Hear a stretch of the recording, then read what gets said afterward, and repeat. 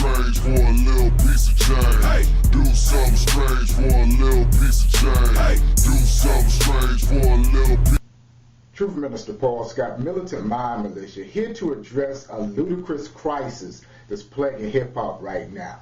Now, I know a lot of you all by now have heard Ludacris's new mixtape. If you heard that song, Do Something Strange for a Little Piece of Change.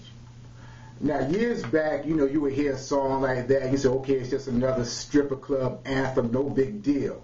But in the song, Luda and Rick Ross, Rick Rose, whatever you want to call them, are telling the sisters to do something freaky for like a Happy Meal or a Klondike bar.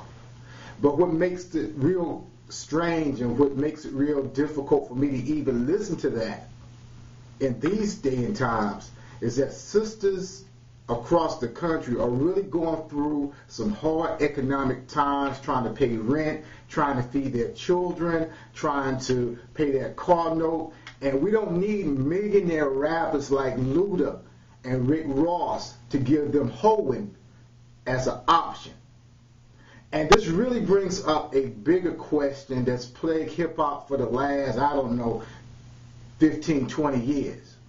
Does hip-hop hate women? Does hip-hop hate women?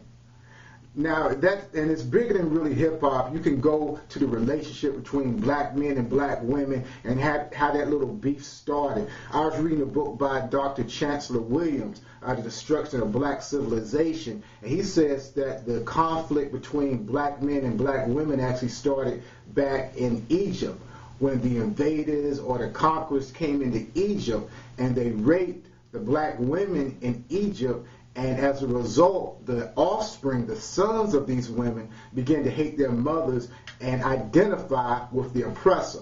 Now, since hip-hop has been raped by the corporations, we see that hip-hop beginning to identify with destructive habits of those corporations that actually rape the culture. So what Dr. Chancellor Williams said in his book, Destruction of Black Civilization, is 100% correct.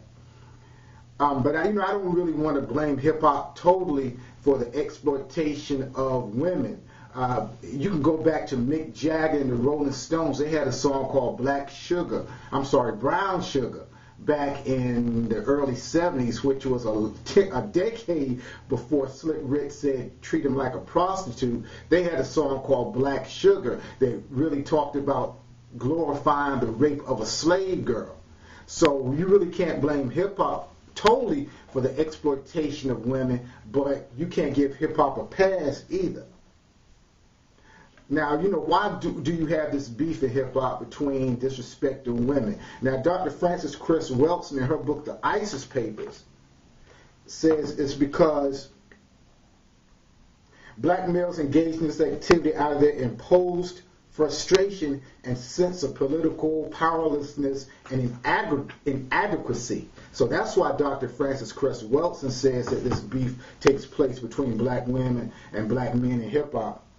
But I have another idea. I think there is a conspiracy in hip-hop to make black men hate black women.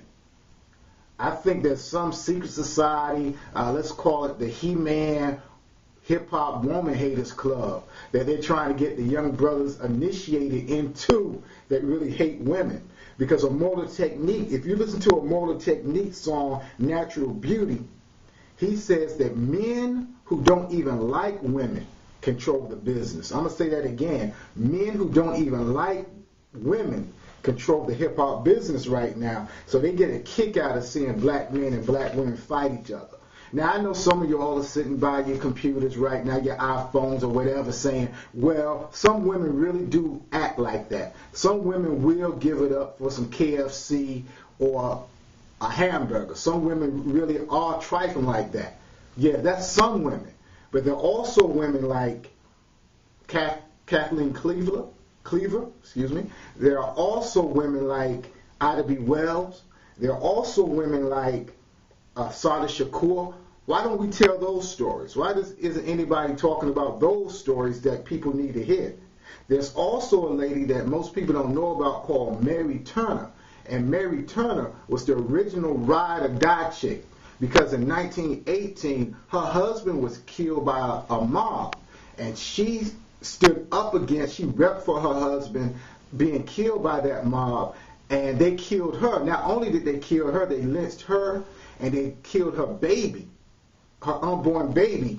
That they cut her belly open, pulled the fetus out, and stepped on the baby. Now, I know a lot of y'all are saying, well, that's graphic. You shouldn't be talking about that. But that's no more graphic than what Luda's talking about on his CD, and that's no more graphic than what other rappers are talking about. I got a chopper in my car, and I'm going to hunt other black men down.